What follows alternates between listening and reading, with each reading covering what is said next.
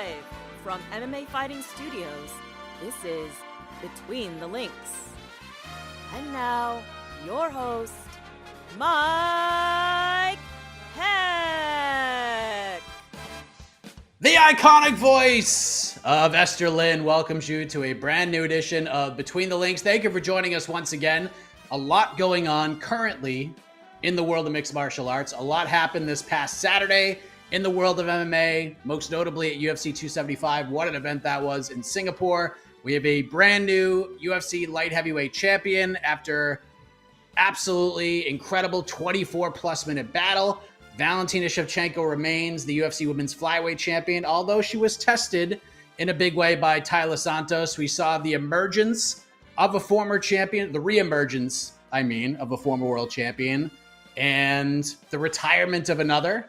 Saw some breakout performances and a whole bunch more. The card was great. UFC back in the States this week in Austin, Texas. We're going to talk about all those things I just mentioned and much more with the esteemed panel. And they are super esteemed because we don't have Jed Meshew this week. Woohoo! First, just kidding. One of the great feature writers in the sports world, not just in MMA, but in all of sports. The deputy editor for MMAfighting.com, my friend and yours, the great Shaheen Al-Shatti. Welcome back, sir. Thank you for doing this.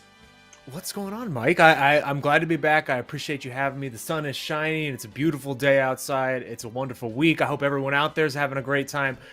Let's have some fun.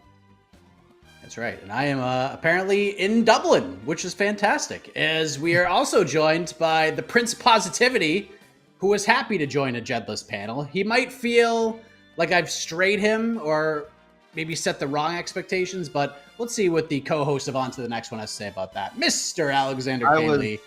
I was told, hello, my best friend. I was told this would be a non-confrontational exhibition bout, a la Floyd Mayweather, Asakura, or Floyd Mayweather and that guy he beat up in Abu Dhabi recently. And now I see a tweet go out. I see the word versus in there. I start to feel all sweaty. My anxiety's going up, but I'm getting it together. I mean, if this is gonna, listen, people know I'm from the hood. You gotta be ready to throw down at the mean streets of Markham. You gotta be ready to throw down Markham, Ontario. You gotta be ready to throw down at any moment. So if it's gotta be a fight on the record, it's fine. My record's taking enough hits as it is. It's time to put a W up there. Hey, I'm out here with a losing record as well now. So I didn't even know how that happened, but it happened apparently. Well, we're all going to win. And the message originally was, any interest in BTL, there's no Jed, some friendly competition. That's what it said. And you said, I'm in.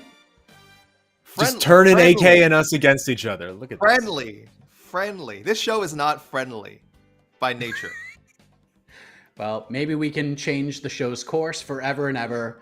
But let's start with some emotion. The incredibly emotional, incredibly grit-filled main event of UFC 275 this past Saturday. Jiri Prochazka versus Glover Teixeira. What a fight. Jiri gets it done with a stunning late submission. The fight went the way absolutely nobody expected it to go. This was a one-way traffic prediction all around for either guy, depending on who you ask. We got the type of fight nobody expected, the type of specific result that no one expected. Just a whole bunch of unexpected stuff here, Shaun Al-Shatti, because the expectations from a stylistic perspective were so high, but it was more of a matter of, can Jiri keep it on the feet? Can he not keep it on the feet? In the end, both men did extremely well in the other's universe. The swings were aplenty. Was it the most technical battle? Absolutely not. Was it a damn fight? You damn skippy it was. And we've had a few days to reflect on this battle, Shaun Al-Shatti. Was this the best result the UFC could ask for? Because we got a fight of the year contender. Both guys' stock rose quite a bit. Jiri got his finish in such a strange fashion. The hype behind him continues to rise. Now there's more options for him as the champion. Was this the best case scenario for the UFC, or was it not that ideal in the long run? Best case scenario. That's an interesting question, and that's an interesting way to frame it, I guess, because ultimately what we got out of it was a fight that was easily the front runner for fight of the year, right? A fight that I think is either the best light heavyweight title fight that we've ever gotten in the UFC, or the second best, depending on where you want to put Jones Gustafsson 1. I can understand Jones Gustafson, you putting Jones Gustafson 1 above it for significance.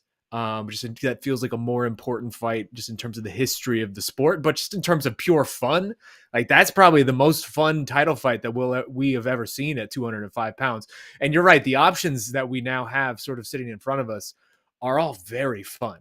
Like I have been saying for a bit, I've been banging the drum that I actually really enjoy this 205-pound division in its current iteration.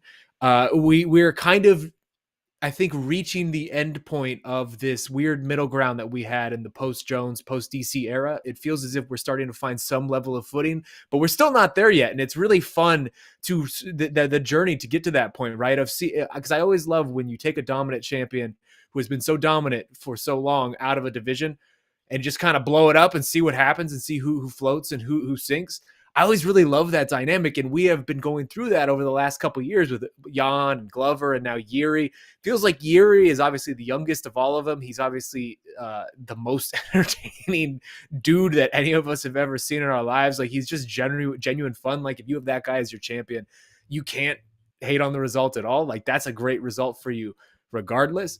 The thing is, like, I think myself and a lot of people wonder, can Jiri actually keep this going though, right? Because he fights so wild, he's so free. He was 28 seconds from losing that fight against the 42-year-old Glover Teixeira on Saturday. Like, all of it was just tremendous theater. It has led to, as we sit now, you could go the Glover rematch. You could go the giant Jan fight in Europe, which that would probably be such a cool spectacle, especially after seeing the parade that greeted Jiri in the Czech Republic. Like, that was who saw that coming, of just thousands and thousands and thousands of his countrymen out there celebrating like this was the biggest milestone in the world. Like, that is so cool to see every time we get a little glimpse into what this means for all these different countries, because we just don't have that in the United States, right? But when you see Jan going back to Poland and being greeted like that, or Jiri going back to the Czech Republic and being greeted like that, it really is so cool, and it lets you know just how global this whole thing is. So I love where we're at. I love where this division's at.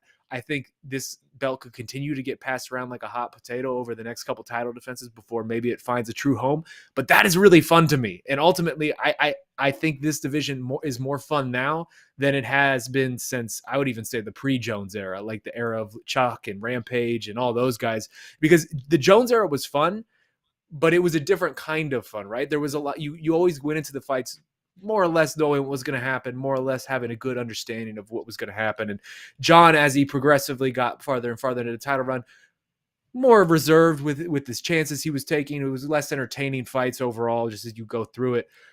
Whereas this is so much fun. So I love it. I absolutely love where we're at right now. AK, what do you think? Because we saw this fight going a bunch of different ways, not the way that it actually went. So was this actually the best case scenario, the way it played out, or did we take a little bit too much from both of these guys? No, I don't see how a fight like this can hurt either guy's reputation, can hurt the UFC, can hurt the division, can hurt the light heavyweight title. All of it, I think, was great stuff. Because look, even if, like we said, we like to see dominant champions. If you find the right dominant champion, man, that can take a division to another level. It can make the company so much money. It can grow the fan base. But if Teixeira had won, he's already talked about he's going to retire. So we weren't getting a dominant title run coming off of this win anyway, unless Teixeira decided if he beat Prochazka, like, oh man, I could go for another 3 years. This is amazing. But we knew that wasn't going to happen. So this was absolutely the best case scenario. I still think there's big fights ahead for Glover in the future. Prochazka has a ton of star power, and the fact that there's a chance that this was like the first time a lot of people saw Jiri Prochazka. He's only had 2 UFC fights. We know there's a large segment of the fan base that does not watch anything except for the UFC. They easily could have missed those first 2 fights. So if this was their first time, they're going like, oh, I want to see what the big deal is with this Prochazka guy. They got the total package. They got all the excitement. They got the charisma. They got the highs. They got the lows. They saw the striking. They saw his grappling, his submission skill. So it was really, you see his resilience. It was really definitely a best case scenario for him. The only guy who was not, a best case scenario for, of course, is Glover Teixeira. And even then, he can now say he is one half of arguably the greatest fight that we have ever seen. I mean, that is something that, win or lose, no one can take away from you. It's why I think we still think so highly of like Rory McDonald. It's why we do podcasts about guys, dedicated podcasts to guys like Carlos Condit. It's why guys like Vanderlei Silva are always going to be fresh in our minds, no matter whatever their record looks like when their career is over. Being part of a great fight, of an all-time great fight, I don't want to say it's equal to having, won a championship and defended it a couple of times, but man, it is up there. It is up there. And also for it to cap off what was an event that a lot of us in the media and just people in general were kind of like, looking at it as somewhat of it was just like a 3-fight card. It really capped off what ended up having a strong undercard, a bunch of memorable moments. A lot of other things we could have been talking about. Zhang's KO could have been the biggest story. The Shevchenko Santos controversy. I think the main event ended up being the most talked about thing, and that's a great thing for the UFC. That's what you always want. That's the goal. That's why you make a fight the main event. So kudos to both men, because I think they pulled it off and lived up to the billing and beyond. Now the big question, and we'll talk aftermath and the future and a whole bunch of these other storylines that you mentioned in round 2, but we had some time to reflect, AK. You said the word arguably. So now we're getting off the fence here, because now that we've had this time to think back on this one, we've probably thought about other fights that it's being compared to. Where does this fight rank now? Is this one of the great fights of all time? Is it one of the great title fights? Or, as I've actually seen some people say, is this a little overrated because it wasn't that technical? Is this not even the best fight of 2022 so far, AK? Where are we at? I love making lists. I love ranking things. I keep a lot of sort of internal, just ranking things sitting around on my computer. So it's fun. It is fun to say, try to make some sort of objective statement about what is and isn't the best. But I don't want to get off the fence, Mike. What is it's actually kind of it's actually kind of fun being on the fence in MMA when you're just ranking things, because listen, this is sports in general, especially today. It's a what have you done for me lately business, and MMA is arguably the most what have you done for me lately of all the sports out there today. So look, if someone saw this fight and their feeling coming out of it is this the greatest fight they've ever seen, and a week later they still feel the same way, and a month from now they still feel the same way, I'm not going to dispute it. It doesn't take away from like the other amazing fights we've seen. It also depends what you're looking for. This wasn't the most technical fight. This did look sloppy at times. This had moments of frustration. A Glover Teixeira jumping for that ghillie. Prochazka, every time he put himself in position to get tripped or taken down or just pushed over, it was frustrating. Regardless of who you were rooting for, there was moments where you were like, why is this guy doing this? Why is this guy doing this? But I think because it connected on on that level with people who were so involved in indirectly anyway, with the decision making, with everything that happened. I mean, again, you can isolate any 2-3 minute section of this fight, and there's like 5, 6, 7 things you could want to cheer and want to scream about. That's amazing. That's really hard to do. Like, it's hard to manufacture a matchup that gives you that, much less a UFC championship matchup. Again, we've had some great fights, and they're great for different reasons. This one, I would hope the sloppiness adds to it. In professional wrestling, which I'm sure everyone and all of our viewers and listeners love, there's sometimes you'll botch, sometimes you'll mess up moves. Spoiler for everyone, pro wrestling is predetermined. They're not actually fighting, but there's sequences where people will mess up the moves, and people will call that a botch, and they'll say, "Oh, it ruined the match." For me, when I see a botch, when I see something kind of sloppy, it actually kind of adds to the realism. It actually makes it seem more real, especially if the action can sort of be recovered and sort of carry on from there in a meaningful way. And that's, I think, what the best wrestlers do, and also what the best fighters do, is like, yeah, they're going to make mistakes. It's a fight. They're getting punched in the head a lot. They're going to make crazy tactical errors.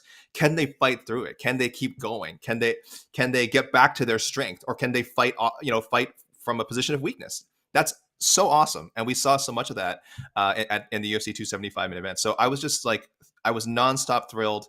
And for me, the mistakes, if that's what you want to call them, are a feature and not a bug. My favorite fight of all time is it's probably a tie: Robbie Lawler, Rory McDonald 2, Robbie Lawler, Carlos Condit. But I mean, I would put this up there with either of them. I would gladly watch, if I could only watch one fight for the rest of my life, and you told me that this was it, more than happy, satisfied. John, what say you? How high are you willing to rank this fight? We talked about it on Saturday. We had some bold picks. Some people saying it was the greatest fight ever, greatest title fight of all time. One person saying that. One person saying that. You were not that person. You were the slow your roll, just a tad guy. So where are we at now after 4 days of reflection? I think it's certainly up there, right? Because a lot of what AK said is right on the money. Whereas you look at the great fights of all time, they're almost, a lot of them are split up into almost just chapters, right? Where it's maybe round one is one chapter, round two is another chapter, and each chapter is vastly different from the other. You get, vacillations with the momentum. Momentum goes up, momentum goes down, somebody's up, somebody's down, that type of thing. And that creates really that wild ride over 15 or 25 minutes. The fun one about this, though, on Saturday was each individual round can almost be broken up into like mini chapters, right? Because you had Jiri was on top or in control for like 2 minutes, then it would switch, and then Glover would be in control, and then all of a sudden Jiri's almost done, then Glover is almost done. Like, it was just the back and forth nature of it wasn't even confined to rounds, it's just so much as 20-second sequences, 1 minute sequences, and that was almost exhausting by the end, right? Like, it was just, once we reached that finish line of Jiri just gutting out this incredible submission that none of us saw coming with 28 seconds left to steal this away, like, everyone's adrenaline was at 100 out of 100 at that point. So it was easy in the moment to sort of let those things run wild. I wouldn't say that it's the greatest fight of all time. I wouldn't say it's really probably not even in the top 5, but it's definitely like in the conversation just to be in there of the best fights of all time, the most fun fights of all time. I agree with AK in regards to, I don't really care if it's the most technical fight or not. Like, you give me what you gave me on Saturday, I'll take that every weekend and I'll be thrilled with it, right? Because that was just fun. It was, I've said the word fun a couple times, but that's really what that was. That as a viewing experience, it was just complete and total fun to ride that ride all the way through. So I would say maybe it's on the short list of the best fights of all time. Definitely on the short list of the best fights in recent memory. But it's certainly like I have Robbie Lawler, several of his fights, the Condit fight and the McDonald fight, I would put above it. There are probably others I would put above it as well if I really sat down and think about it. But it's up there, man. Like, you can't fault it at all. And I would be stunned if we're not talking about this fight come December once we're doing award season. 100%.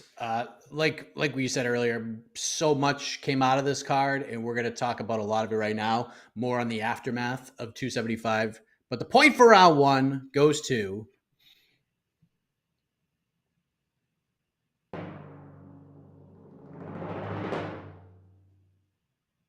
Shaun Al-Shatti. 1-0. All right. Look at AK's face. I love it. Friendly competition. Look at the look. Wow.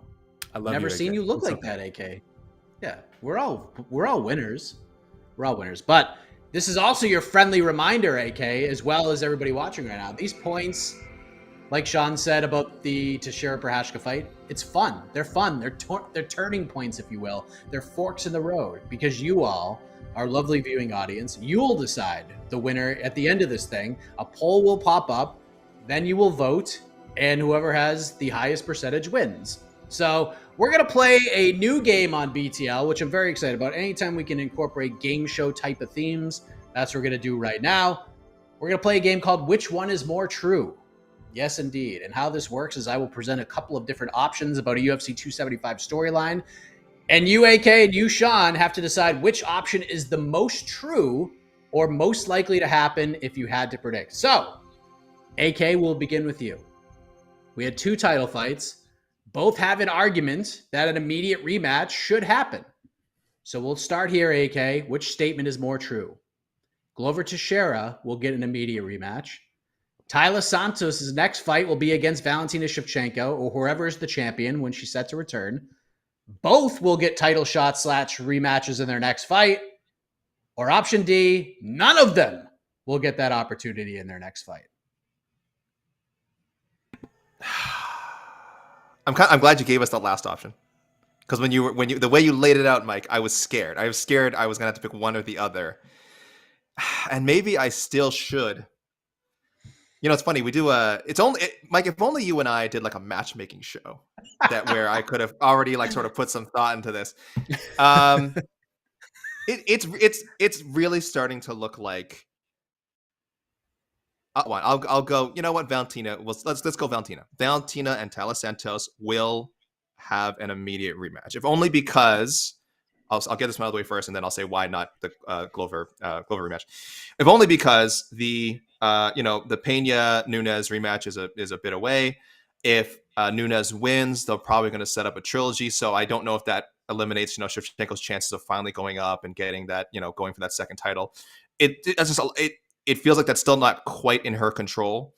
And Dana White, when he was talking about that possibility, everyone said everyone said that he said if she beat Taila Santos, she could do whatever she wanted. I believe his exact wording was more like if she runs through Santos, if like she really kind of just like, because he was bigging up Santos in the lead up to the fight, promoting a rare moment of promotion. And he said that if Shevchenko runs through her, then like clearly she can do whatever she wants. That didn't happen. I think that keeps the Santos rematch very much alive.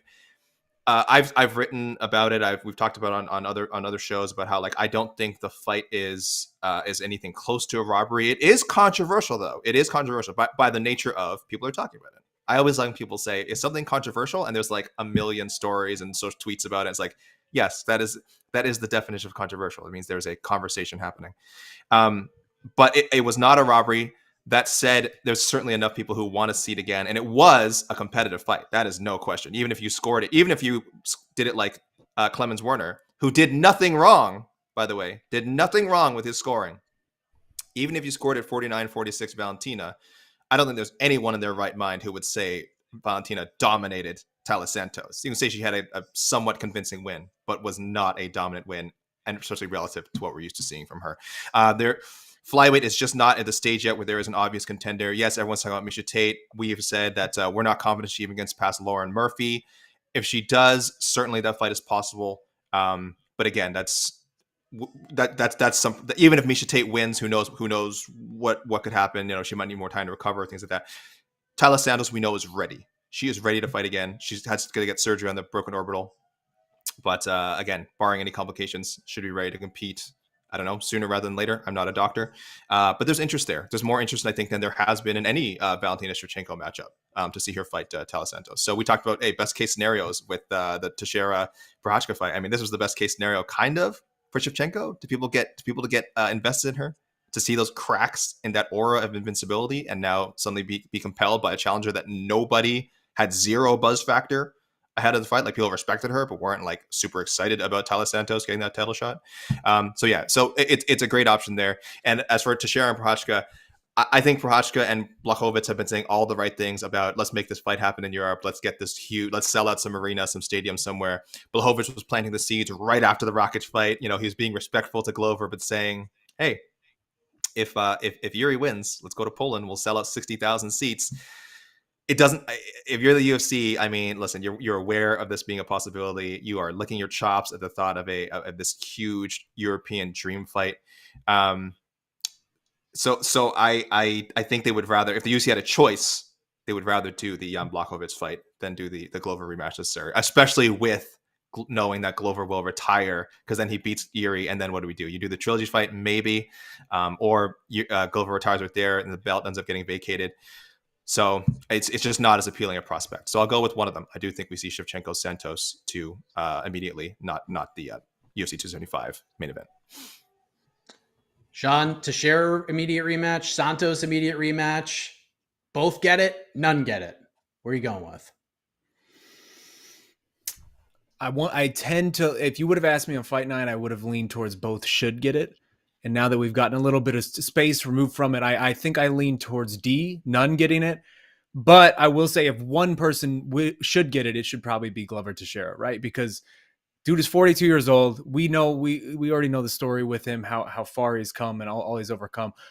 He's probably going to have one or two more fights. If you're going to capitalize on this window and really capitalize on, again, one of the greatest fights that we've ever seen, squeeze whatever you got left out of this guy, now would be the time, rather than making him try to fight his way back to this spot. Obviously, Glover and Jiri, when they get together, it makes magic. The styles that they have combined with each other just are phenomenal to watch. I would love to watch that back.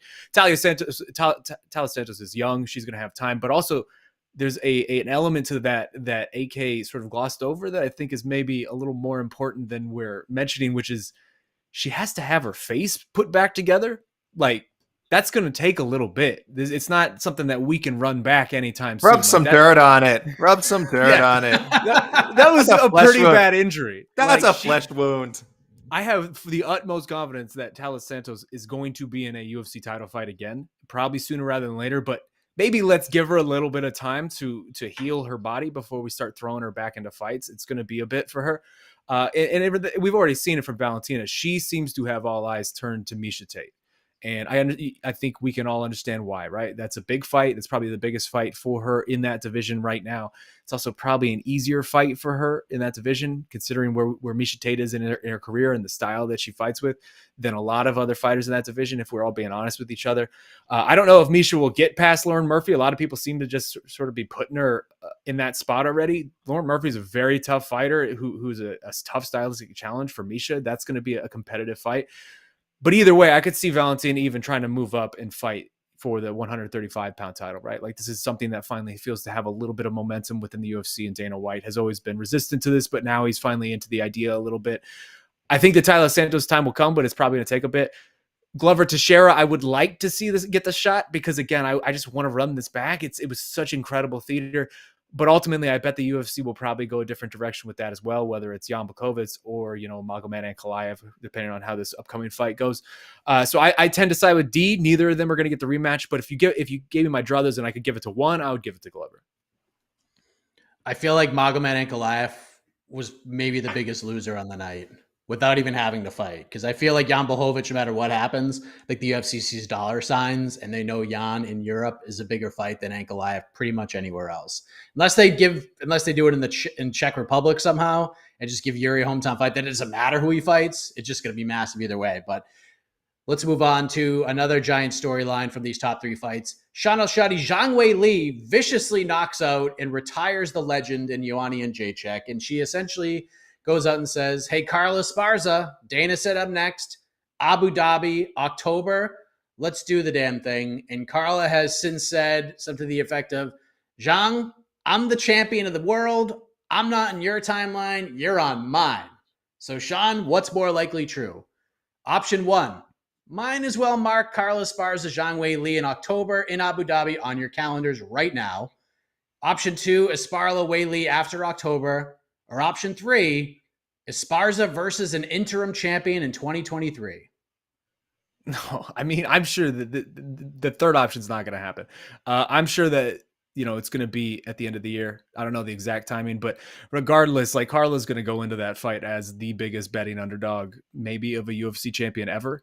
I would love to know right now. I don't have it in front of me, but what Nico Montano was when she was booked against Valentina Shevchenko. I think those odds were probably 10-1, 12-1, something like that, maybe 8-1. I wonder if Carla will get that high. I would be stunned if it's anything less than 6-1 with the way things are trending right now, which to me is actually really fun because that's just keeping in the whole spirit with this whole Carla Esparza run that we've been seeing, right? Like, she has been the perpetual underdog through all of this.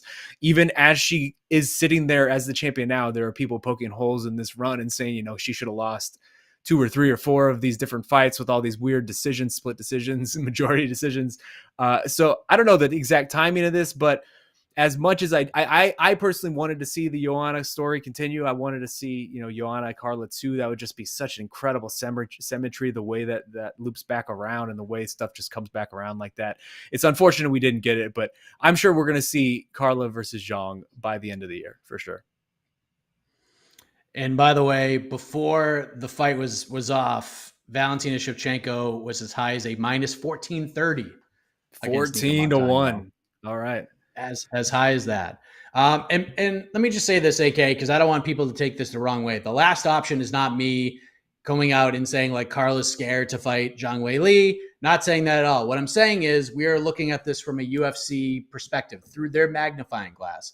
And if the UFC goes out and says, hey, Carla, we want you to fight Zhang Weili October in Abu Dhabi, and Carla's like, nah, don't feel like doing it. We've seen precedents that the UFC will just be like, we'll just throw Zhang into an interim title fight against somebody else on that same card. Carla gets the winner, unify the titles, however they want to do it. So do you think we go on Weili's timeline? Do we go on Carla's timeline? Or does the UFC just said, screw it? Zhang's going to get an interim title fight on the date she wants to fight, and then we'll make it a bigger fight for Carla, unify the belts. How does this work? 1, 2, or 3? Somehow, We may get as far as the in the talk stages for Carla Esparza and Zhang Weili, but I just really get that feeling it's not going to happen before the end of the year. I would be really, really surprised if it did. Again, as you said, not because we're saying Carla's scared, but things happen in the fight game to sort of prolong title runs sometimes to give fighters more time to, properly prepare for a dangerous matchup. We've seen this happen countless times in MMA, and it's not necessarily one person's fault or the other. It happens. And I feel like some strangeness will occur around any sort of potential Carlos Esparza Zhang Weili fight, and we won't see it before the end of the year. And we will see an interim title fight, yes, because especially now.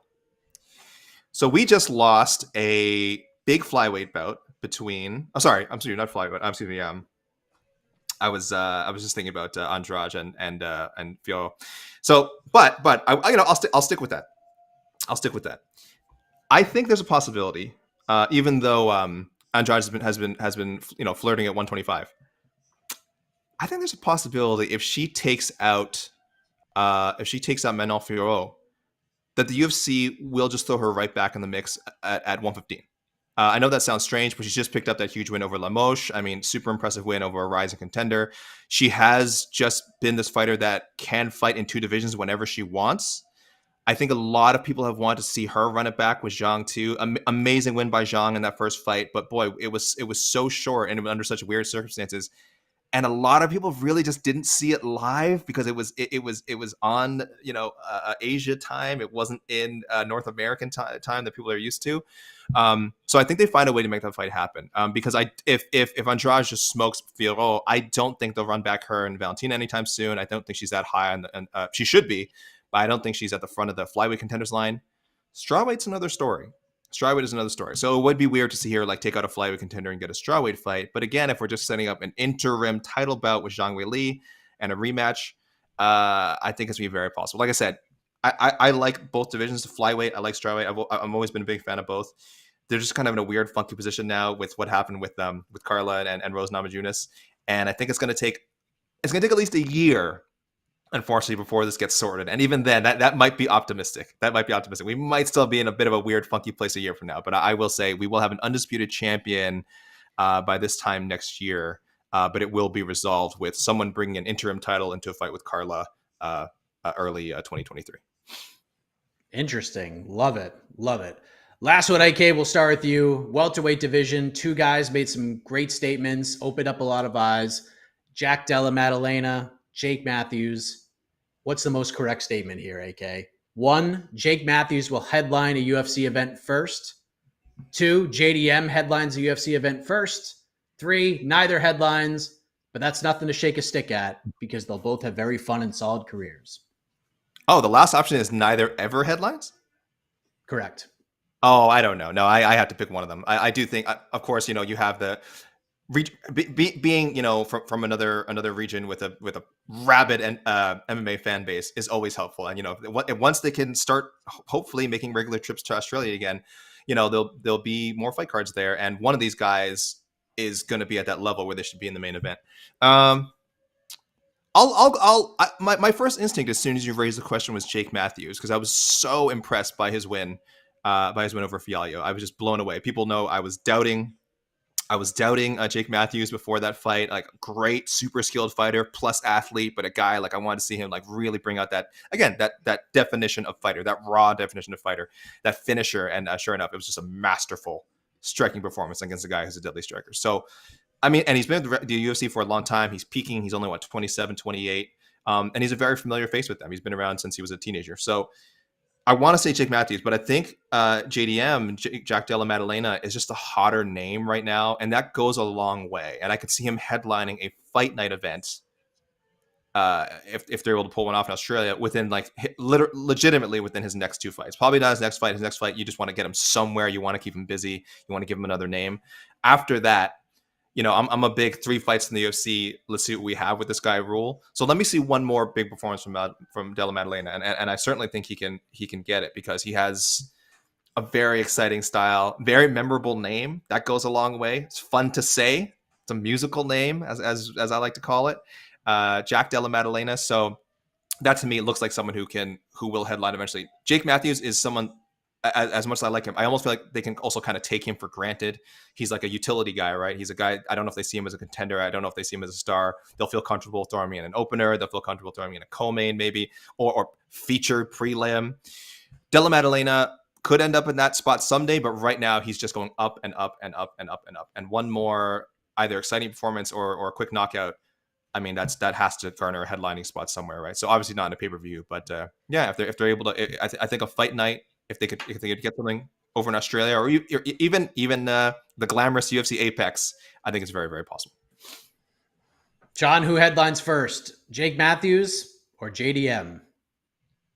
AK, I don't know how you can mention Jack's name and like, hey, it's such a great musical name, which it is, and not mention that that's not even like the full name, right? He was saying on the MMA Hour yesterday that his name's Giacomo or something like that. Like I don't even remember it, but it's amazing. He has an amazing actual name. Like I wish he would go by that, which I know his manager Tim Simpson is pushing for, because that's just tremendous stuff. In terms of the question itself, I said it on Saturday, and I'll say it again here today. I am so ridiculously impressed by Jake Matthews, and impressed in a way that fight really felt like one of those moments that we're going to look back on a couple years from now of like, hey, this is when this guy turned this corner and became somebody who actually really, really mattered. Because I mean, Jake Matthews has been in our lives for so long, right? It's really the Charles Oliveira syndrome or the RDA syndrome, where this dude's been in our lives for almost like 8 years. He was on the Ultimate Fighter Nations, Tough Nations. If you guys remember that, like I'm sure 5 people listening to this have heard of that right at this point. And he was like 19 years old when he came into the UFC, and he still has like a fairly decent record. If you look at his UFC record, he's won much more than he's lost, but it was sort of that pattern that you saw with the guys like a Charles Oliveira or Rafael dos Anjos, where finding his sea legs in the promotion, win some, then lose one, win some, then lose one. If you look at the last 5, he's won 4. He's only lost to Shaun Brady, who obviously looks like right now one of the best welterweights out there. So that's not a bad loss by any means. And it just feels like he has become a full grown ass man, right?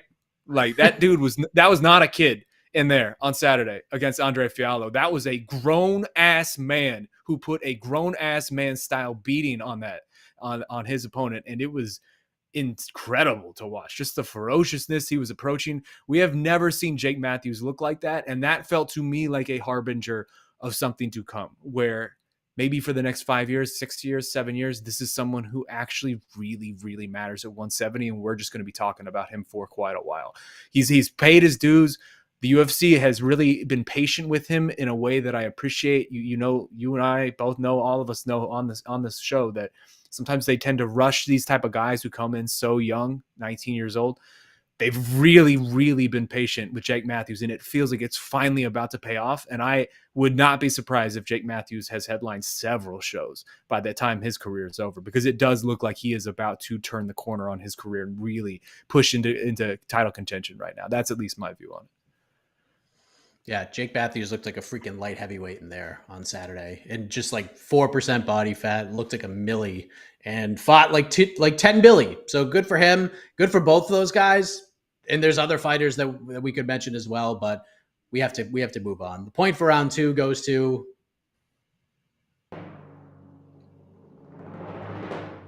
this is a Prochazka Teixeira-esque type of BTL battle. The swings are unbelievable, but it goes to AK with the bold pick of an interim title fight. People love it. Hey, listen, that's a cheap pop. People hear interim and they just get excited. I hate that I had to reach into that bag of tricks so early, but I was on the ropes, so that's just to get back into it. Nice. Let's go to this Saturday, because the UFC is returning to the United States. They're in Austin, Texas. Main event is Calvin Kattar versus Josh Emmett. Big fight. More on that in a moment. But Shaun, let's start with you, because I have done countless preview shows with many of the staff members for all of these fight night cards. And oftentimes we have to dig real deep to find something interesting. But we don't have to do that here. This is real easy to do, is it not? As far as fight night cards go, this is one of the better offerings the UFC's had in quite some time, is it not? I would agree with you. And in fact, me and you talked about this earlier in the week, just offline. I almost feel like this card is kind of low-key deeper than the card we just got, the card that was $75, that the pay-per-view, you know, UFC 275. The stuff at the top of 75 was obviously much better. The top 3 fights there were phenomenal. But just in terms of general depth, there's a lot to like here. Like, there really is a lot to like here. First of all, the main event is absolutely sensational. It's getting slept on a lot, and I think a lot of that is because of Josh Emmett. He competes so infrequently because he is seemingly one of the unluckiest people in the sport. He's been basically one fight a year for the last couple of years because of injuries. But when he does compete, he is a monster. Like, I saw some stat this morning. I wish I could remember from who. I would love to shout you out right now, but that he has like 11 knockdowns in 7 featherweight fights, which is just like the most of anybody in that span. Like, he's just averaging more than 1 knockdown a fight. It's just, he is such a powerful, explosive striker out there that it feels as if any moment it could just happen for him. And meanwhile, Calvin Kattar is coming off of just a tremendous win over Giga Chikadze, where it felt like the entire world just kind of slept on him and forgot that he existed for a good 6 months, 8 months after that Max Holloway fight. And he really reminded people why he was thought to be a contender on the rise. And then you have Kevin Holland out here making his second fight at welterweight. Tim Means, like, that is a sensational fight. We're getting Cowboy Lazon finally, the battle of these veterans. Adrian Yanez taking on Tony Kelly, which is surprisingly has like a little bit of a storyline now after Tony Kelly's whole thing in his girlfriend's last fight. So the whole thing is I actually really like this event. I think there's a lot to like there. And I think there's just, in terms of low-key bangers, like, you could pick any number of them and you'd be right. Lots to like here, AK. Don't save the gymnastics scale, because I'm sure we're going to need it at some point over the next couple of days. But since this ESPN post-pandemic cards almost every weekend type of schedule for the UFC, I mean, top to bottom, this is delicioso. Yeah, I love it. Listen, these fight nights at this point are like a Ghostface Killah album. It's like they just get lucky sometimes and have like the right mix of fights. And like, it's not intentional. It's not like they're like, oh, June 18th, let's build a super strong card for Austin. Like, yeah, it's great to be back in Texas, but they have a pay-per-view in Dallas coming up. That's really where their focus was on. And I think they just happened to put together this amazing combination of fights featuring, again, contenders at the top, veterans in the just like I said, legends, I'll say, in the co-main event. You've got some prospects on the prelims, and then you've got like just really good stylistic matchups on the main card, and it all comes together. And that's that's why we're so excited, and that's why I don't even think it's arguable. It's definitely deeper than UFC 275. UFC 275 pay-per-views in general will always have that appeal, of that big fight at the top, or at least, 2 title fights, which is becoming pretty standard these days. So that's tough to beat. But as far as depth, top to bottom, sitting down from the very first fight of the night, and then all the way, building to a crescendo at the end, it's hard to do much better than this. It's just really a good looking card. And the other day on the podcast, the All Bets Barred with Jed Meshew, we were kind of talking about like what fight, usually on every card there's a fight you kind of don't care about. I think his exact question is, what fight would you take off? I don't really have one on this card. Like, I think they're all compelling in their own way. Like, it's not to say that everyone here is like a future star or that every fan should know who all these fighters are. But I think, like, even if you didn't know who some of these fighters are, you're going to be pleasantly surprised. Like, maybe you're not familiar with Gloria De Paula and Maria Oliveira, but I think that's actually a really compelling fight. Same with Jasmine Jasudavicius, who I think is going to be a player at 125. Maybe for some reason you're not familiar with Phil Haas and Duran Wynn. I mean, it's been a while since Duran Wynn has been in there. I like that style matchup. So it's a little bit of something for everyone, which isn't always the best thing in MMA. Sometimes you want cards that are top heavy. Sometimes, you want that boxing style built around one or 2 fights. But since we just got a top heavy card, they really couldn't have planned this better if they wanted to, by following that up with, again, a card that's more well-rounded, Main event, AK, Calvin Kattar versus Josh Emmett. Big month for the featherweight division, AK, because we have this fight. We have Volkanovski Holloway 3 for the title, July 2nd, UFC 276. And then 2 weeks after that, we have Yair Rodriguez versus Brian Ortega on that ABC card, July 16th in Long Island. So the stakes are very high here, my best friend, but how high are they? Is this the number 1 contender fight, or is July 16th the number 1 contender fight? I can't hear you. Trust me, you didn't want to. I was breathing in a weird way. It was that That was intentional. Trust me. The podcast listeners will thank me later. No, listen. When I was thinking, I was deep in thought, so I took a weird breath. Okay, there you go. There's a little behind the scenes movie magic for people.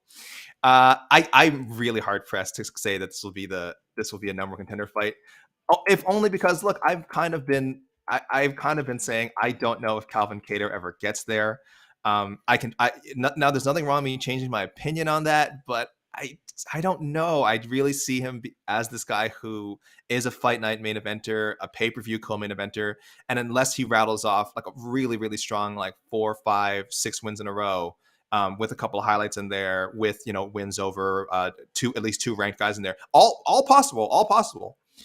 I don't know if the UFC is invested in him as a legitimate challenger. I think it's going to be a good night for him on Saturday. I do think that I do expect him to win. And I'm happy for him and the good people of New England, because they're going to be dealing with a lot of heartbreak tonight when the Golden State Warriors take out the fraud Boston Celtics and have to watch Canada's own Andrew Wiggins hoisting the Larry O'Brien in whatever junkie arena the Celtics play in. I don't even remember the name of it. So I'm really looking forward to that. But it's fine. They're going to get a Calvin Kattar win on Saturday and just completely forget all about it. So it's great. It all balances out for you guys. Jeez. Shaun, what's the number? I don't even care about the point. Buddy? I don't even care about the point in this round. Right, well, you're not getting it. You have no chance of getting it. Forfeited. Go ahead, Shaun. Forfeited. I don't want your pity points. Also, I totally agree with AK. I hope the Golden State Warriors just wash the Celtics tonight or whenever that game is. I have officially stopped watching basketball. I didn't even know basketball was still going on, but I hope the Golden State Warriors just finish this so we can stop acting like the NBA is a thing that is existing right now, because it's clearly not. Everybody knows that. What are we talking about? What was the question? Is this a number one contender fight? No, it's not a number one contender fight. Like, they would love it to be a number one contender fight. Josh Emmett and Calvin Kattar would love for that to be the number one contender fight, but it's not. I mean, we still have Max and Volkanovski coming up. Who knows with those two guys what kind of weirdness is going to happen? I expect that Volk will probably win that fight, but if Max wins, then at that point you kind of have to do a fourth one, right? It's 1-2. We're weird at that point. Also, you have Brian Ortega versus Yair Rodriguez coming up, and I think I could guarantee for you that if Yair Rodriguez wins, whether it's entertaining or not, the UFC will try to push him into a title fight. And also, even if Volk wins against Max, he's starting to talk about moving up, and he's starting to talk about doing different things in different divisions. And it feels like we're reaching the point almost where the UFC might start entertaining it, because he has been so dominant. And at this point, he is like one of the top 3 pound for pound fighters in the world. So why not see, while he's still in his prime, how far he can stretch this? So no, this Saturday is not going to be a number one contender fight, but it's still a damn good fight. Like, that to me doesn't diminish it at all. Real quick, I have to turn this around after the Celtics slander, but I'm so mad that you actually got me to think of a brand new award, because I looked on the greatest website in the world, MMA Fighting, and looked on Twitter. So we're going to do this. We're going to pick one fighter outside of the main storyline, Shaun, that you have your eye on. Who is the first ever Askar Mozarov award winner for UFC Austin? In the most positive way possible. What's the most intriguing fighter on the card that no one's talking about, but you're excited about? I humbly submit if this is going to be a positive award with positive feelings around it, we should probably rename it. Maybe. I don't know how many guys outside of this guy have made a fight night, like main card fight in his UFC debut, this like intriguing and fascinating? Because I cared more about his fight than the actual main event on that card. But not for good reasons. I wouldn't say you cared for good reasons. To me, you look at the undercard, because to me, some like that would have to come from the undercard, and it's the featured undercard fight. It's Adrian Yanez, who has thus far looked incredible in the UFC. I mean, he is 4 fights in. He's gotten bonuses in all 4 fights. He is just rolling in that bonus money right now. And 3 of those were just extraordinarily violent finishes. And the one that wasn't was Davey Grant. And Davey Grant just kind of doesn't he's not going to get finished like that very often. Like, he is a gamer. He is from that Glover Teixeira eating gravel for breakfast type of mold, right? Like David Grant, you're not going to have an easy way with him. So the Adrian Yanez at this point is one of the more intriguing guys in this bantamweight division, full of intriguing guys. He's certainly one of the more intriguing guys outside of the main rankings that we sort of think of. So to me, I mean, this is a big one for him. If he can get this one, it's 5 in a row, 6 if you want to count the Contender Series as well. And at that point, we're starting to talk about really fun fights for Adrian Yanez, right? Like, we're starting to talk about lower ranks of the top 15, maybe a tiny bit into the top 10, and just seeing how far this kid can go. Like, he is still, I'm looking it up right now, 28 years old. Like, he is just hitting his prime right now. Like, this could be a very exciting contender for years to come at 135, which is just full of guys like this. And so for me, I'm really, really intrigued to see if Adrian Yanez can continue to be who it feels like he should be. AK, what say you? Joaquin Buckley. So this has much to do with who he's fighting as to who Joaquin Buckley is. Of course, with Joaquin Buckley, I think we're still in that stage where there's like a ton of intrigue around him. He just had that split nod over Abdullah Razak Al Hassan, where, again, we got to see a little more of a tactical side of him. So that's cool. Like, are we seeing him round out his game? Like, become a more sophisticated fighter, not necessarily just a highlight chaser and a legitimate contender. So that's one aspect of it. And then there's the other aspect. Could he just whip out a crazy ass knockout that he's done before? So there's that aspect of it.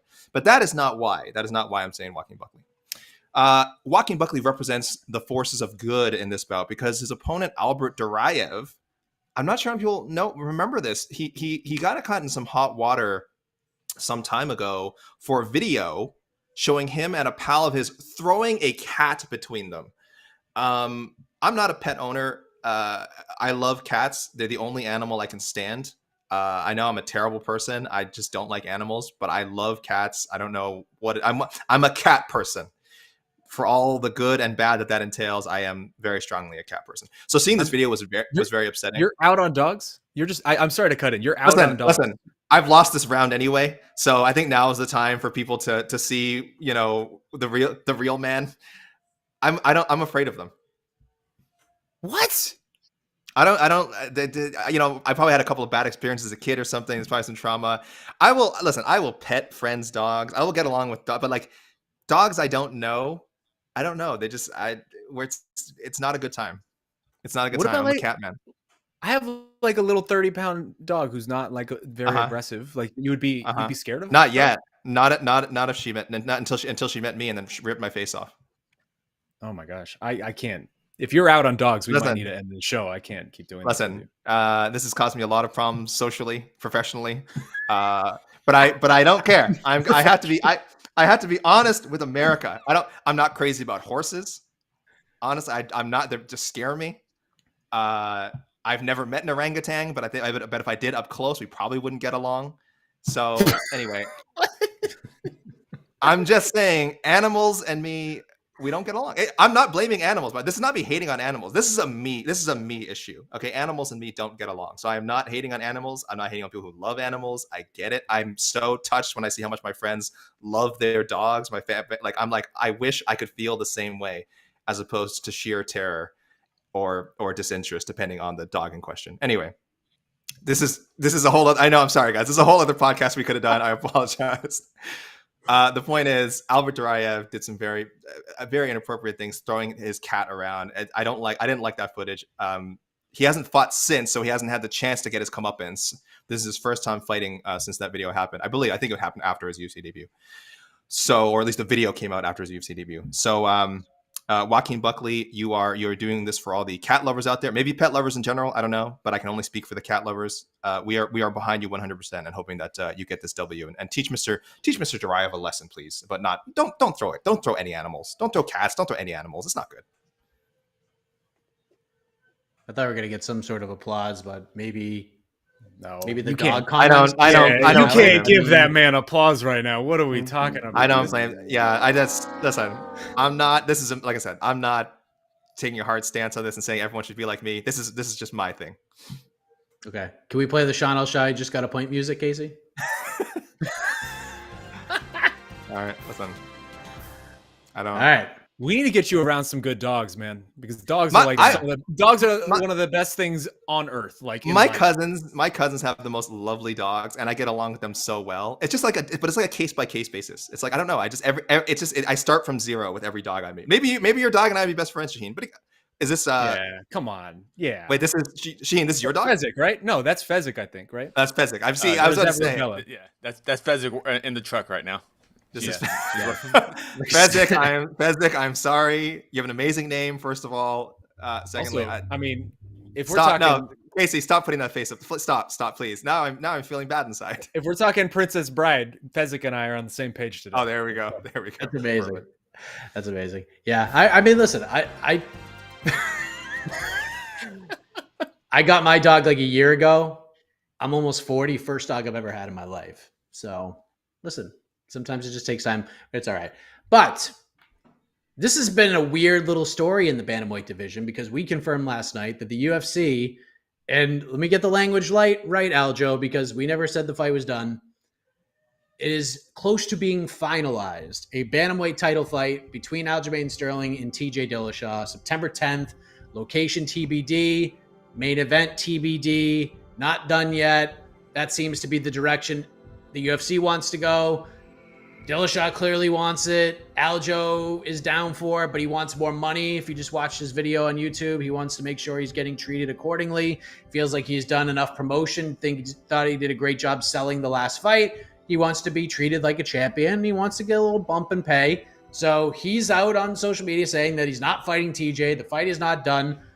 So he's saying, also has said he'd rather the Henry Cejudo fight, but it doesn't look like that's going to happen because not in September anyways, because Cejudo's back in the USADA pool. It's not going to be ready till October. But let's just say, AK, let's just say that we're acting as if Sterling Dillashaw is happening. It's done. Let's just say pen hits paper, ink dries on the books. Either way, this is what the UFC happen. As the voice of bantamweight shine, is the UFC doing this right? Is this the right fight? Gosh, I want to be so positive here because it's a cool fight. Let's start from a point of positivity. It's a cool fight. I think if you ask the average person, do you want to see TJ Dillashaw fight Aljamain Sterling? Discounting again whatever else been going on in the division, do you want to see this fight stylistically, as far, based on Dillashaw's reputation, based on Sterling's recent success? Do you want to see the fight? Yes, it's a great fight. It's a great fight. I think we'd all hope to see someday. And if we're getting it next, that's not the worst thing in the world. I've always been uncomfortable with Dillashaw getting thrown right back into the title picture after a 2-year drug suspension and after a very close, super exciting, but very close win over Corey Sandhagen, which I know a lot of the MMA fighting crew definitely did not score it for. Did not score that fight for TJ Dillashaw. I thought it was closer than people. I did not think it was a robbery, but I do know a lot of big chunk of the MMA media had it for Sandhagen, which is fine. So that's two kind of weird question marks, right? That we are rewarding a guy. Yeah, he did the time, and yes, he's a 2-time champion. He's been in countless big fights, and at least as far as mid-tier stars go, is a draw in that sense. He's not going to sell 1 million pay-per-views, but is he a bigger name? I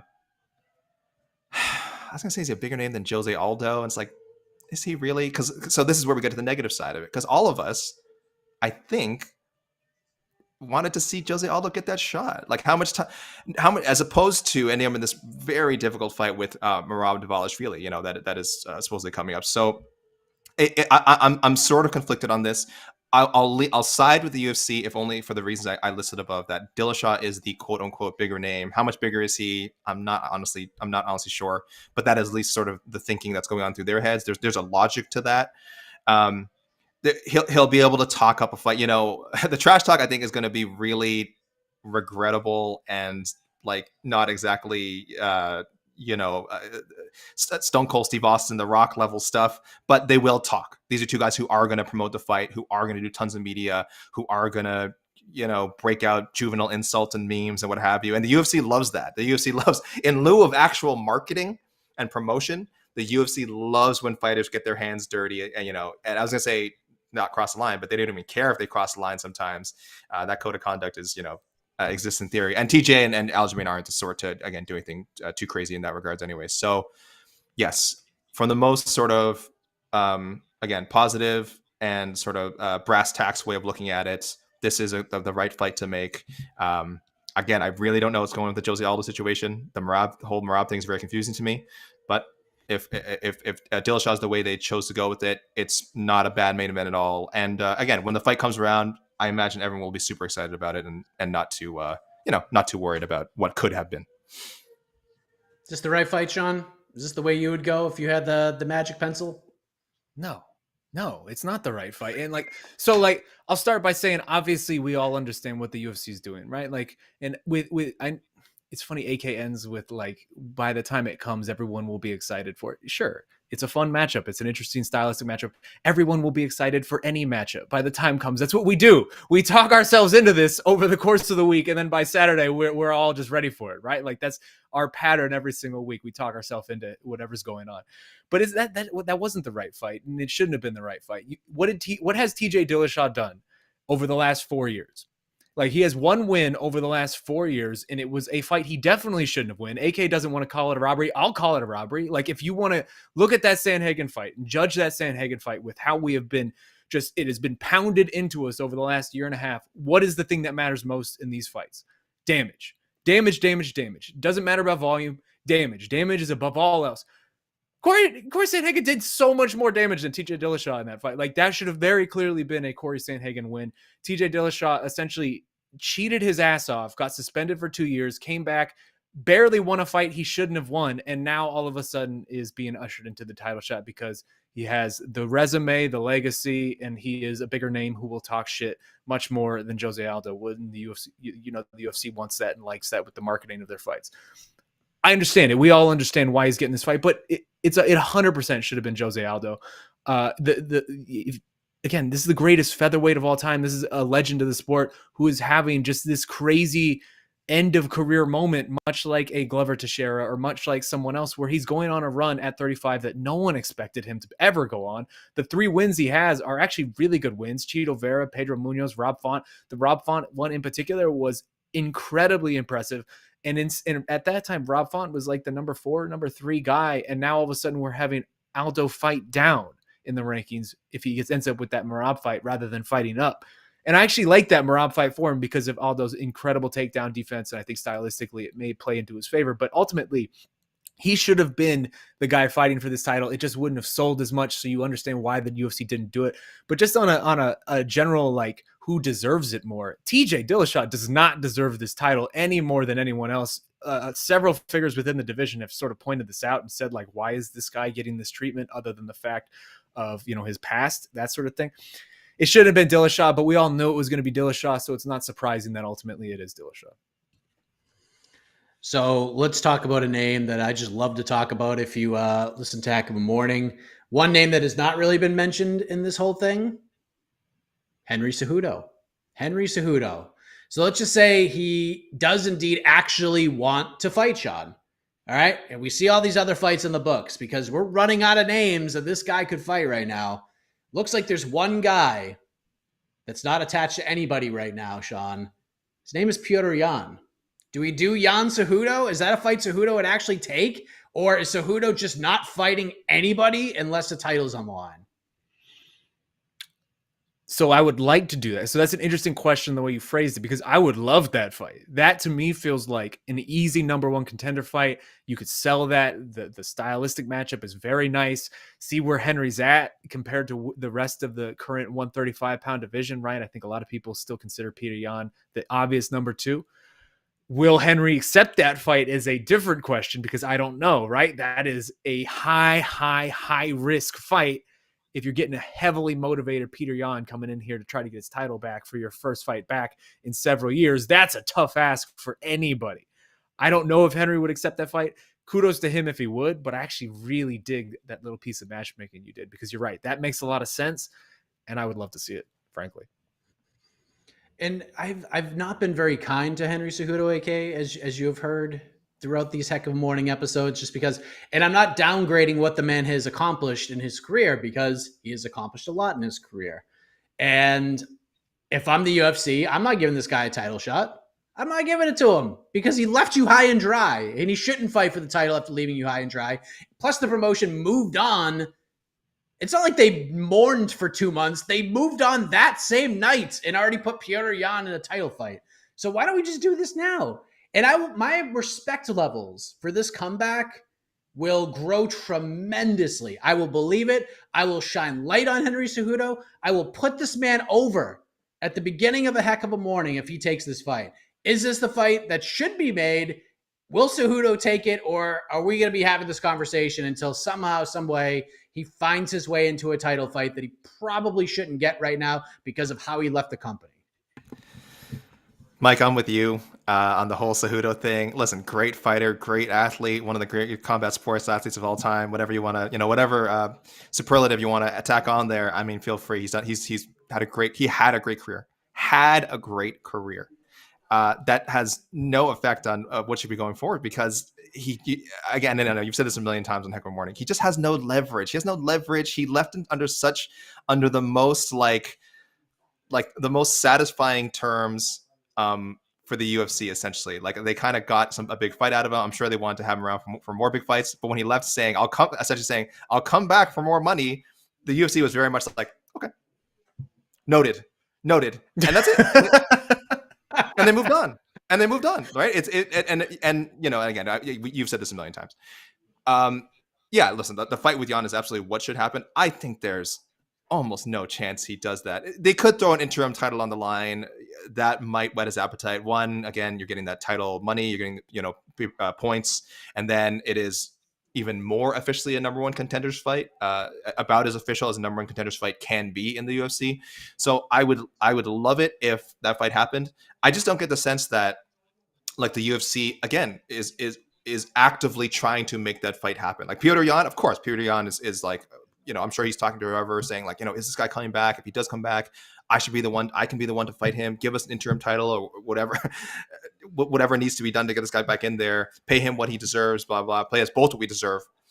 But the UFC itself, again, it's just like the division is so strong.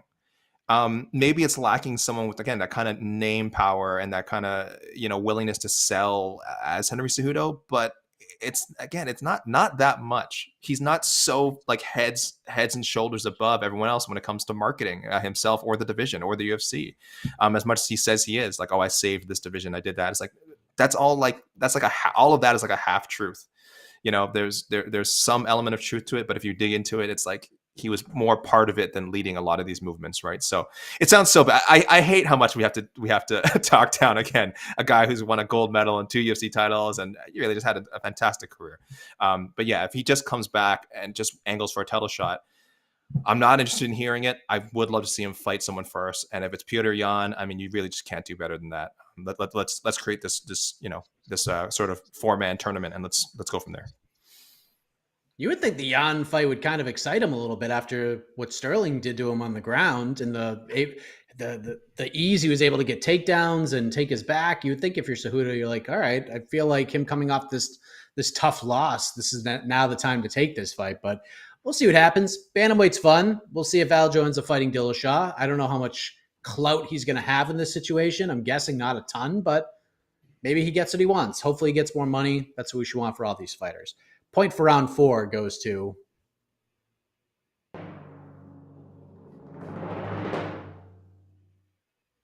AK Antoine Walker-Lee. Here we go. Go Celtics. Go Celtics. Go Dogs. That's right. Time for the knockout round, everybody. I have playoff softball, so I'm getting all ramped up right now mentally. Big playoff games tonight. Get a drive to the island. I'm getting ready for this. But knockout round, it's going to be the same question for both guys. AK, you gave me a question idea, which I really liked, but the news cycle put us in a different direction, so I'm going a different way. I love your idea, though. Hang on to that. We will use it at another time. I'm sure we're going to need it. But each gentleman will have 1 minute to answer this question. Once we get to that, and that is complete, you guys will vote on who will win, and Casey will come on and announce the winner. So, AK, I was going to let you go first because you're my best friend, but you said awful, awful things about the Celtics, called them frauds. Shaun, at least with his hatred of the Celtics, was his hatred for the NBA right now because it's just global. He just wants the season to be over. It's not because he dislikes the Celtics, although he might a little bit. So, Shaun, you get to decide. Do you want to go first, or do you want to pass it on over to AK? I'll go second. AK can go for it. Okay. AK, my best friend, come on in here. If you could be one member of the Boston Celtics, no, I'm just kidding. Here's the question. So, Jaylen Brown. We found out yesterday that one of the biggest what ifs in UFC history, Zabit Magomedsharipov, has officially announced his retirement from professional sports competition. He made a statement confirming such. We reported it yesterday. We thought this might happen. Signs are pointing towards this happening, and it is official. Zabit Magomedsharipov, no longer a UFC fighter, no longer a featherweight, no longer a guy knocking on the door of a title shot. Now, he has been in some interesting matchups. He's been booked in a number of fights that didn't happen. So I'm curious, AK, with Zabit moving on to a different profession with 1 minute on the clock, what's the fight that got away in your eyes? What's the Zabit fight that you've always wanted to see that you never got? What was that most intriguing matchup, that fantasy matchmaking for Zabit that just never came to be? Because it's not going to come to be, because Zabit has walked away on his own terms, and we applaud him for that. 1 minute on the clock. Your time starts now. I'm staying right inside the box, and I'm just going with Yair Rodriguez. It's a fight that was talked about for so long. It was the most recent fight that Zabit was actually tied to. I can't remember if it was actually announced or signed or whatever, but we all thought that fight was inevitable. There was heat there. There was a stylistic matchup there. There was two guys who are just seem to be perennially on the cusp of getting, like, it wouldn't have been a number one contenders fight, but if the winner of that would have certainly moved on to a number one contenders fight, it would have answered a lot of questions about Zabit. I mean, his two biggest wins, Calvin Kattar and Crash Bochniak, were like, everyone said, man, if those fights had been 5 rounds, he would have lost. I think a fight with Yair Rodriguez would have been a fight night main event. Presumably, they would have given him the 5 rounds. We would have gotten an idea of whether Magomedsharipov could compete in the championship rounds. It was just so perfect, and everything about it made sense. And I think he would have won, and I think he would have gone on to a title fight. So I mean, that's how much it hurt to lose that one. It's like the plan was there. Instead, you know what? Happy trails, Zabit. All right, we go over to Shaun. I felt like Yair is probably the easiest answer because it was booked so many times. You could do like a 30 for 30 or an outside the lines just on the booking of that fight. Yair in the UFC, he's out of the UFC, he's back in the UFC because of this whole deal. But now we're not going to see that fight. We're not going to see any more Zabit fights. So what's that one that got away from you from a stylistic perspective? Is there a certain matchup that you were hoping, you were clamoring for that is just not going to happen now, that you're very disappointed about on this Thursday? 1 minute on the clock. Your time starts now. Well, Mike, you're certainly right in that the Yair fight was the low-hanging fruit, right? That's the one. That's the easiest one. That's the obvious one. Aiken can go ahead and take one. That obviously we wanted to see it. Everyone wanted to see it. But to me, I wanted to see farther than that. Because if you guys remember when Zabit came into the UFC, he was from day one talked about as this guy is going to challenge for titles sooner rather than later. And I wanted to see him get to that point. Excuse me. I wanted to see him get to that point. I wanted to see him fight an Alexander Volkanovski. Because if you would have put the two of those men together in the same room and made them face off, the diametric opposites of just their bodies and their body types and just everything about them would have been so fascinating to watch. You see 5'6" Alexander Volkanovski versus 6'1" Zabit Magomedsharipov just facing off against each other, and Volkanovski having to look so far up to see this towering, just skin and bones guy who we weren't sure about his cardio. We weren't sure about a couple other elements of him. I would have loved to see just how far Zabit could have gone, and I would have loved to see that stare down.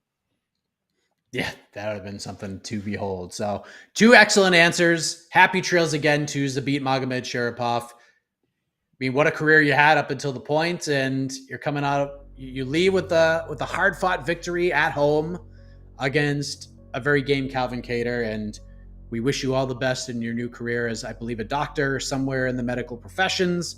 So good on him. I'm wasting time right now. We're letting you cast your votes. Poll on the MMA Fighting page right here. Cast your vote. Who wins? AK Lee, Shaun Al-Shatti. In the meantime, tomorrow, 3 p.m. Eastern, UFC Austin preview show. It's going to be super fun. getting ready for Calvin Kattar versus Josh Emmett.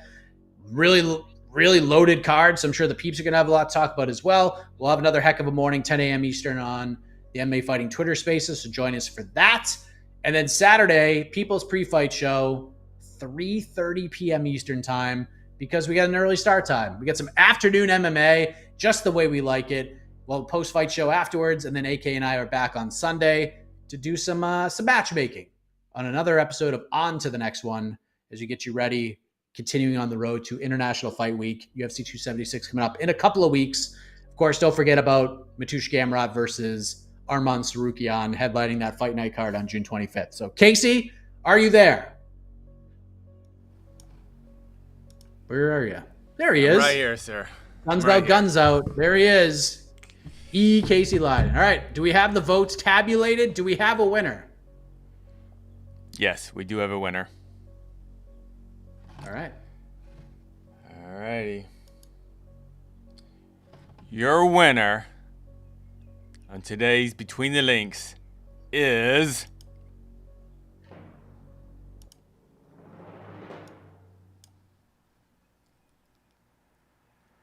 Alexander K. Lee. Whoa! The people are never wrong. The people are never wrong. Did they not hear my anti-dog rant? This is concerning. This is very concerning. What are the numbers? Hey, Guys, what is going on in America? You know what? We left it up to the fans. This is like the crypto fan award, like where Rose Namajunas won. Like, it doesn't mean anything. Listen, I told my truth, and I was ready to take a loss for that. I said, as soon as the words left my mouth that I'm not a pet person and I'm not a fan of dogs, I'm like, whatever. I've lost. I'd actually forgotten that there was a fan vote, and when I remember later, I'm like, I'm screwed. Like there's no way I'm gonna win after that. So I don't know what is going on in America, but you know, it is a worldwide vote. I don't know. I should say. Sorry, I don't know what's going on in the world, but apparently, some MMA geek can say they don't like dogs and still win one of the most illustrious shows in the business. I'm sorry, guys. I don't know what to tell you. Okay, here it goes. Look at the graphic at the top. 6 wins now. What? What were the percentages, Casey? AK Lee won by 55% of the vote. Wow. All right. A lot of cat lovers watching the show, apparently. All right. AK. Say what you got to say, man. I'm sorry. I was gonna eat my record like a hot dog. Oh yeah, I think you did. Sorry, I was so upset that AK won. I forgot about the confetti cannons. Sorry. I'm supposed to plug something. Well, I'll just say, please, people, if you didn't already. Well, first of all, I should say thank you, Shaheen, for joining us on the show today. I would be nothing without a strong dog-loving opponent, and I'm glad it worked out the way it did. This was a fun show. Normally, I don't like being on the show, but if Shaheen's going to be on, I'll be on every time. I'll just plug, guys. If people did not read my robbery review for UFC 275, Valentina Shevchenko versus Taila Santos, I think it's one of my favorite ones I've done. It was one of the easiest ones to do, frankly, for a fight that it was difficult to score in the moment. But watching it again, it was like actually really enjoyable to watch again and kind of break down why the fight ended up the way it did, why it was scored the way it did, and why people should not be up in arms about the way the fight was scored. So that is on MMAfighting.com, guys. My latest robbery review, and check out all my other robbery reviews because they're just a fun time. There you go, AK. Shaheen, any final thoughts on how the fans voted here? No, I don't know. I think I've lost like 3 in a row on this show. Apparently, just the people don't like me, so that sucks. Oh, that's a bummer. So that's a great time. No, I don't know. I was gonna say, so on Sunday is Father's Day. Obviously, this is actually going to be my first Father's Day as a father. My wife is incredibly pregnant right now, and so whenever our young one comes, I'm very excited for that, but also just a happy Father's Day to my father. I think it's actually the 10-year anniversary of him passing away. So I love you, Dad. You're always in our thoughts, and happy Father's Day to you, man. Dude, change the votes, people. Are you kidding me? Just hand the trophy over, AK. People hate dogs. Amazing. I can't believe that a dude who spent 5 minutes talking about how much he hates dogs just also horses. Also horses. I can't also win horses. Also horses and maybe an orangutan. So you're getting like a true peek behind Command Center 4.0 because as the show started, I was like tan and not glistening. But as the show has progressed, I've gotten redder and shinier. And the reason is, it is 112 degrees in this studio right now because the air conditioner has not arrived yet. So there's no AC in this new studio. I have 3 burning lights upon me, and I'm just losing weight here talking to all of you. You look and fabulous. I appreciate you guys sticking around. You look fabulous. Thank you. You already won, AK. You don't have to butter me up anymore. what is folks. going We are on? getting out of here. Oh, the show's over? Oh, forget. Okay. Okay. The show is over. I got to go win some playoff softball games so we can live to fight another day. We're done. For AK, you can hit the music. There it is. For AK, for Shaun, I am Mike Heck. Thank you very much for watching. We'll see you back once again next week between the links. Good night, everybody. The iconic voice of Esther Lynn, I think, takes you home. Thanks for watching. This has been Between the Links. I love dogs. AK sucks. Go Shaheen. Celtics, they're all right. Whatever. Go Seas. Let's go! Happy not birthday, AK. It's not my birthday. I know. Just